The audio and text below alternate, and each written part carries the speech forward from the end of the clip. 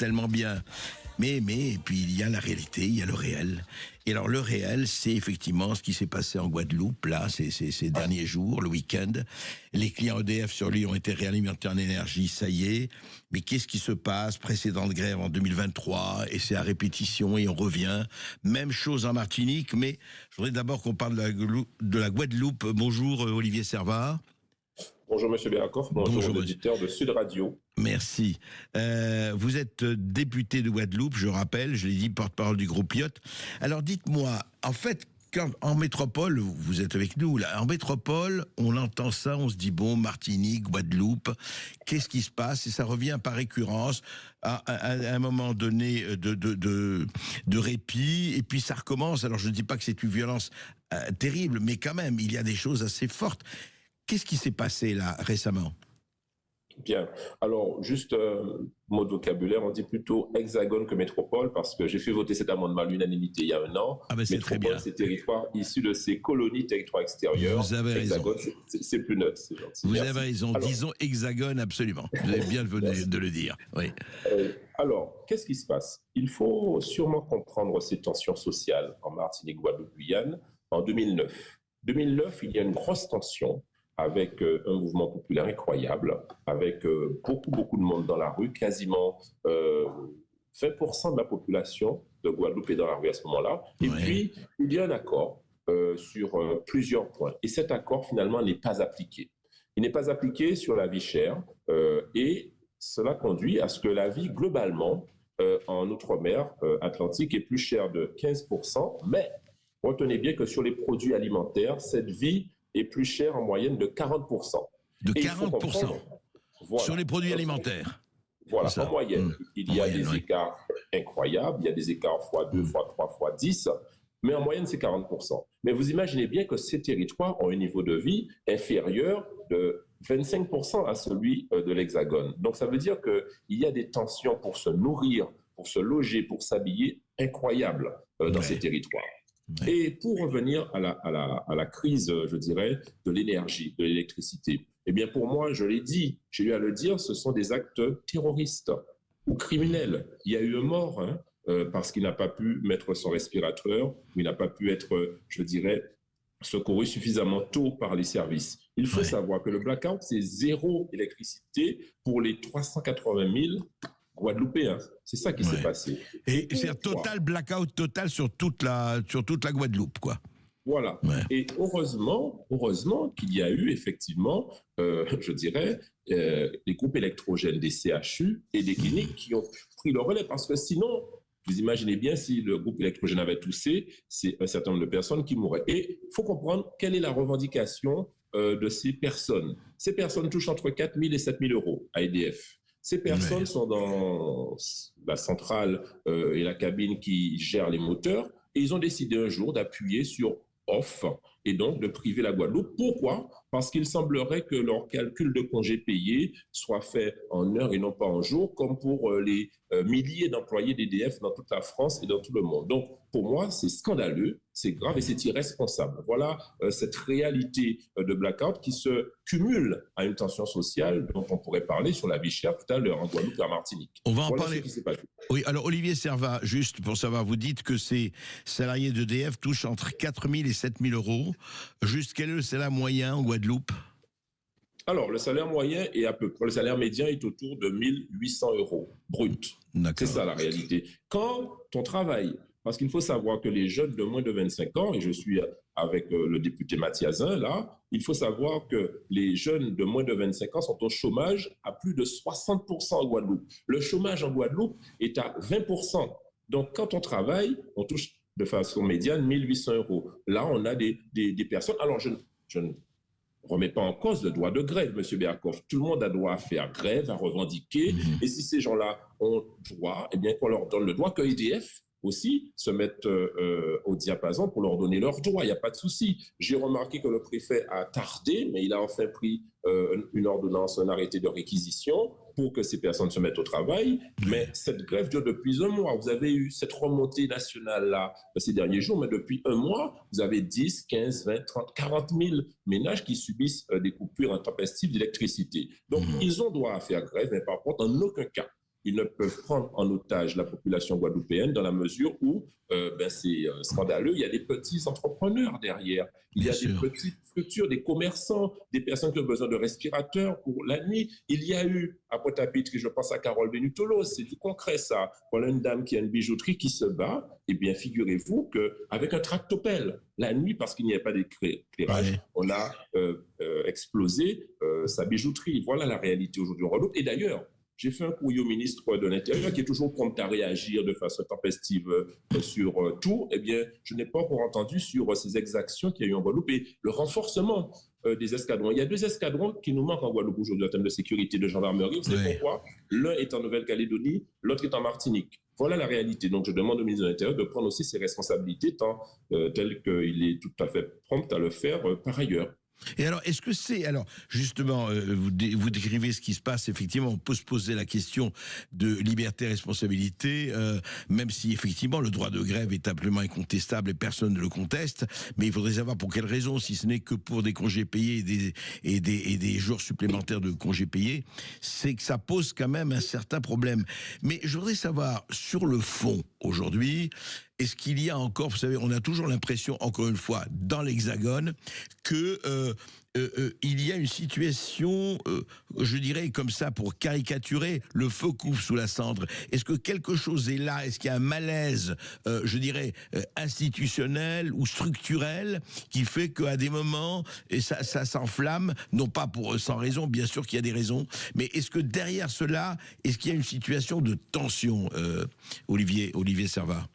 Bien sûr, M. Berkoff. Ce feu couvre pour plusieurs raisons. La première, c'est qu'elle est économique. Je le répète, mais il est toujours bon de le rappeler. En moyenne, l'alimentation coûte 40% de plus qu'en Hexagone.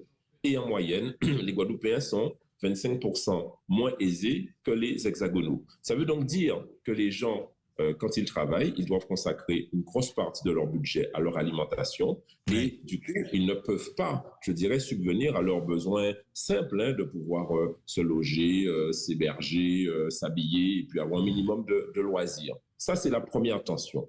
On ne peut pas nier, et c'est le cas beaucoup en Martinique, mais aussi en Guadeloupe, que nous sommes dans des sociétés post-esclavagistes, post-coloniales. Je rappelle que l'abolition de l'esclavage c'est 1848 et je reste factuel pour ne pas rentrer dans les lamentations liées à l'esclavage, mais très clairement, lorsqu'en 1848 l'esclavage est aboli, que se passe-t-il, M. Berkoff?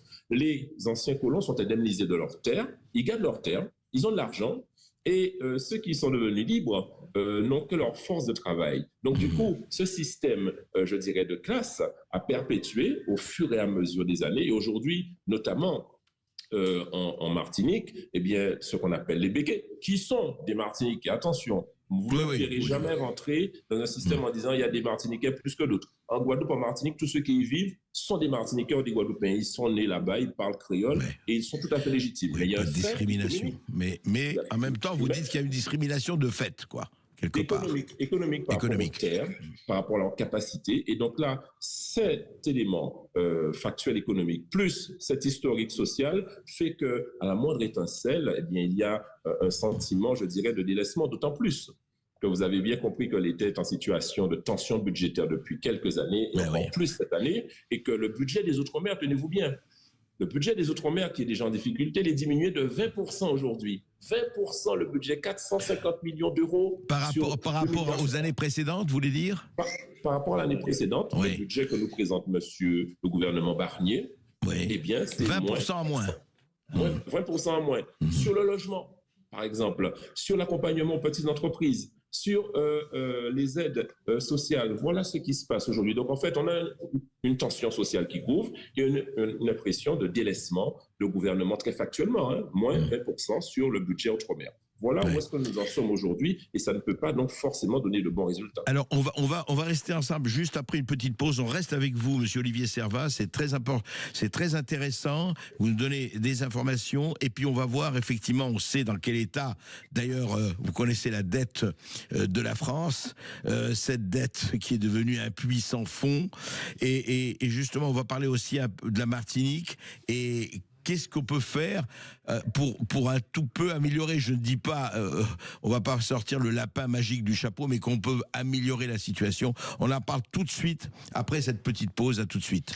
Et si vous souhaitez réagir ou... Et nous sommes toujours avec Olivier Servat, député de Guadeloupe et porte-parole du groupe Lyotte, pour parler de la situation non seulement en Guadeloupe, mais aussi, Olivier Servat, en Martinique, parce qu'en Martinique, ça a pris quand même et ce n'est pas la première fois, tendance un peu plus forte. Le couvre-feu de minuit à 5 heures a été prolongé à Fort-de-France jusqu'au 4 novembre prochain. Grande scène de violence, jet de cocktail Molotov sur des gendarmes, des munitions contre des véhicules, mouvement contre la vie chère. Alors vous avez parlé de ça, le problème économique, et il est là. Couvre-feu, etc. En fait, c'est sur le fond, sans comparer, comparaison n'est pas raison entre Martinique et Guadeloupe, mais c'est toujours un peu sur le fond pour les mêmes raisons, monsieur le député. Oui, si vous voulez, je prendrai le temps rapidement de vous expliquer l'état actuel de l'accord qui a été pris entre les différentes parties pour vous montrer où est-ce qu'on est arrivé et qu'est-ce qui manque à certaines institutions. Tout d'abord, je le dis, la revendication pour lutter contre la vie chère est légitime. En Guadeloupe, Martinique, Guyane, dans tous les Outre-mer, on l'a expliqué, on a vu plus 40%. Maintenant, qu'est-ce qui a été obtenu? Il a été obtenu de passer un bouclier qualité-prix, ça veut dire que sur 69 familles de produits, quasiment 6 000 produits, eh bien, il n'y aura pas de marge et les prix vont baisser de 20%. Sur ces produits-là, voilà ce qu'a accordé la grande distribution. Cet accord est obtenu et entre en vigueur, quoi. Alors, cet accord a été signé par toutes les parties, sauf par la partie initiatrice de cette revendication, c'est-à-dire le RPRAC, Rodrigue Petito, avec Aude, et puis une autre personne qui ont négocié. Je les ai rencontrées d'ailleurs, elles sont venues en Guadeloupe pour échanger, pour comprendre un petit peu leurs revendications. Oui. Sur cette première partie, moins 20% sur les produits, elles ont une première remarque qui est juste. Elles disent, ces personnes, mais attendez, les produits, la famille de produits que vous nous donnez, ce sont des familles de produits, entre guillemets, malbouffe. Malbouffe, parce que vous voyez, puisque les gens n'ont pas beaucoup de moyens en Guadeloupe, ils achètent que des produits basse qualité, et basse qualité égale mauvaise santé. Donc ils disent qu'on devrait intégrer dans cette famille de produits des produits un peu diététiques, entre guillemets. Ça n'est pas encore obtenu. D'accord. Ensuite, la collectivité territoriale de Martinique, elle s'est engagée à faire quoi? Pour baisser sur ces produits prioritaires, elle va enlever une taxe qui s'appelle l'octroi de mer sur les produits importés qui ne concurrencent pas la production locale. Sauf que la CTM, collectivité territoriale de Martinique, va transférer cette baisse d'octroi de mer sur les produits de première nécessité sur d'autres produits, entre guillemets, de luxe. Donc, ce sera à coût zéro pour elle. L'État a pris récemment un amendement, ça va dans le bon sens, de mettre la TVA à taux réduit sur ces produits de première nécessité pour arriver à cette baisse de 20%. D'accord. Par contre, l'État, lui, veut compenser cette TVA baissée sur les produits de première nécessité sur d'autres produits pour que ce soit à somme nulle aussi. Donc, ça veut dire qu'il y aura plus de TVA sur d'autres produits. Oui. Et le vrai problème, M. Berkoff, tenez-vous bien, et d'ailleurs, je pose une question au gouvernement cet après-midi à 15h sur cela. Oui. Il faut savoir que la France est une et indivisible. Et donc, il y a une responsabilité de continuité territoriale sur tous les territoires hexagonaux et des Outre-mer. Et aujourd'hui, cette continuité territoriale, elle est mal assurée par le fait que pour les aliments, quand ils quittent l'Hexagone, ils doivent prendre un conteneur, un bateau. Et ça coûte en moyenne, un bateau, 5 000 € le conteneur. Eh bien, il faudrait pour ces produits de première nécessité que l'État assure une continuité territoriale. Ça fait 100 millions d'euros. 100 millions d'euros, je rappelle tout à l'heure que le budget des Outre-mer diminue de 500 millions d'euros cette année. Donc, au lieu de le diminuer de 500 millions d'euros, il faudrait le diminuer de 400 millions d'euros et que l'État mette juste un engagement de 100 millions. Oui, alors Olivier Servat, juste une remarque. Vous dites qu'effectivement, c'est très bien, on a abaissé la TVA sur les produits de première nécessité, mais on peut comprendre aussi qu'on peut hausser la TVA sur les produits de luxe, par exemple.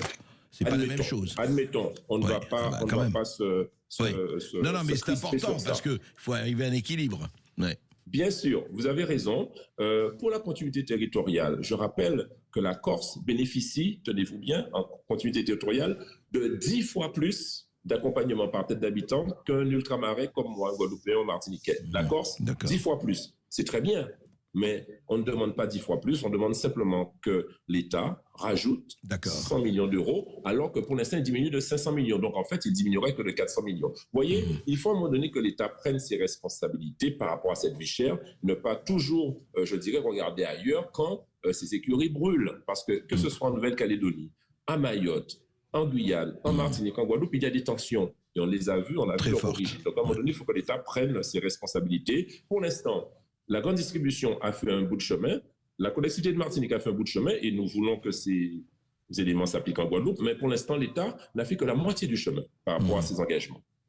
Et ce que vous dites, dernière question, parce qu'on va suivre ça, bien sûr, Olivier Servat, et vous dites qu'au fond, il faut trouver un équilibre parce que ces tensions qu'on voit et qu'on voit de façon récurrente, vous avez très bien expliqué le problème des dysfonctionnements, en tout cas des inégalités, soyons clairs, il faut arriver, parce que la question que je voudrais vous poser, et que j'ai posée d'ailleurs à d'autres députés de Mayotte et d'ailleurs ici dans cette émission, est-ce qu'il y a du point de vue, je dirais, hors France, hors étranger, est-ce qu'il n'y a pas quelques puissances étrangères qui attendent avec impatience que la situation soit un peu plus chaotique pour essayer de voir s'ils se sentent pousser des ailes et des dents face à voilà, à vos pays, à nos pays? Vous savez, sûr, bien sûr. Je vais dire deux choses. Je vais répondre à votre question, mais je remarque que le ministre des Outre-mer n'a pas encore pointé en Martinique ou en Guadeloupe. Vous imaginez ces situations de tension en Hexagone et que le ministre en charge vous l'avez dit, il n'est pas encore venu. Il n'est pas encore venu. Il n'est pas venu. Il a dit, je le cite, faut pas me mettre la pression parce que sinon ça fait l'effet inverse. Mais attendez, la pression c'est lui qui a accepté le job. La pression c'est sur nos territoires, c'est sur nos populations. Et pour répondre à votre question, vous avez tout à fait raison. Monsieur Berkoff, la France est la France aussi grâce à ses outre-mer, où le soleil ne se couche jamais, où elle est présente sur les 3 océans, où elle peut faire de la géopolitique dans le canal du Mozambique avec Mayotte, avec bien évidemment la Polynésie. Les deux océans. Et les 3 océans, Pacifique, Indien et Atlantique. Ouais. Elle peut lancer des fusées Ariane au moindre coût grâce à la Guyane. Aujourd'hui, vous comprenez bien, elle est la 2e zone économique exclusive au monde parce que à 300 km de toute terre française, le sous-sol, le sol, la mer nous appartient après les États-Unis. Et donc aujourd'hui, elle a la 2e, je dirais, zone qui lui permet d'avoir de l'écosystème végétal au monde. 80% de la biodiversité au monde est en Outre-mer. Et donc forcément, cette réalité-là intéresse la géopolitique mondiale, intéresse les Chinois, intéresse les Russes, intéresse les Africains, les Australiens, etc. Les Australiens pour notamment le hub qui va justement par rapport à l'Atlantique jusqu'à Los Angeles. Donc, vous comprenez bien que nous, vous savez, on est très clair.